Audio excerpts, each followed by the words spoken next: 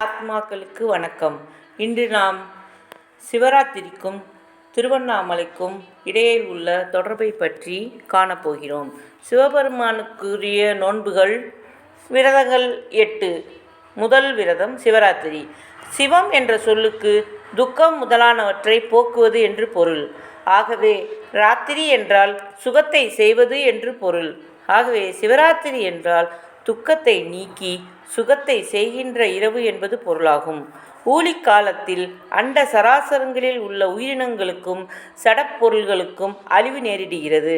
பேராற்றல் படைத்த வாயுதேவன் வானளாவிய மரங்களையெல்லாம் வேருடன் சாய்க்கின்றான். அவனது விளையாடலில் அகப்படாத பொருளை தீக்கடவுள் பொசுக்குகிறான். அவனுக்கு உதவியாக நிற்கின்றான் வாயுதேவன்.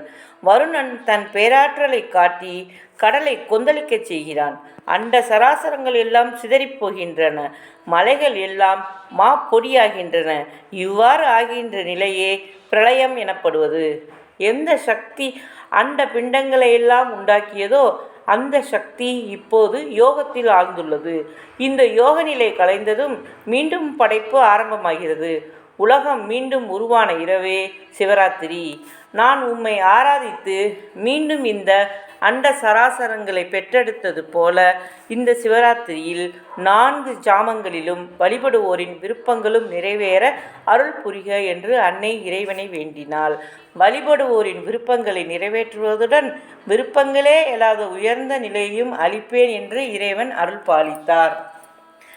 திருமாலும் பிரம்மனும் நான் என்னும் முனைப்புடன் சிவபெருமானுடைய அடிமுடிகளை தேட முயன்று காண முடியாத நிலையில் நான் என்னும் முனைப்பற்று பெரும் ஜோதி பிழம்பாக நின்ற சிவபெருமானை வணங்கி வாழ்த்தி பணிந்து நின்றதும் சிவபிரான் அவர்களுக்கு இறங்கி உருவ வடிவமாகிய ஜோதி பிழம்பிலிருந்து உருவத்திருமேனி கொண்டு வெளிப்பட்டதும் சிவராத்திரி நாளில் ஆகும். உருவமற்ற இறைவன் முதற்கண் அண்ட கோடிகளுக்கெல்லாம் அப்பாற்பட்ட ஜோதிமயமாக சிவலிங்க வடிவம் கொண்டு நின்றதும் அச்சோதி பிழம்பிலிருந்து உருவத்திருமேனி கொண்டு வெளிப்பட்டதும் திருவண்ணாமலையிலே ஆகும். ஆகவே சிவராத்திரி நாள் திருவண்ணாமலைக்கு சிறந்த நன்னாளாக விளங்குகிறது. அடிமுடி காண முடியாத அனல் பிழம்பிலிருந்து இறைவன் உருவத்திருமேனி கொண்டு வெளிப்பட்ட காலம் லிங்கோற்பவ காலம் என்பர். லிங்கோற்பவ காலமாவது மாசி மாதம் தேய்பிறை சதுர்த்தசி திதி சோமவாரம் திருவோண நட்சத்திரம் கூடிய நன்னாளில் இரவு 2 ஜாமத்திற்கு மேற்பட்ட ஒரு நாளிகை நேரமாகும். இத்திருவிளையாடல் நிகழ்ந்தது சிவராத்திரி நாளிலே ஆகும். சிவராத்திரி நாள் சிவனுக்குரிய சிறந்த நன்னாள். இத்துணை சிறப்பு வாய்ந்த சிவராத்திரி நாளினை விரத நாளாக கருதி மனம் மொழி மெய்களால் தூய்மையாக இருந்து இறைவனை சிந்தனை செய்து இயன்ற அளவில் பிறர்க்கு உதவியும் புரிந்தால் நிறைந்த நன்மை அடைவர். புனித நாட்களில் விரதங்களை மேற்கொள்வது நம் நாட்டு வழக்கமாகும். இத்தகைய விரதங்களை மேற்கொள்ளாதவர்களை பற்றி அருணகிரிநாத சுவாமிகள் பின்வருமாறு கூறுகிறார்.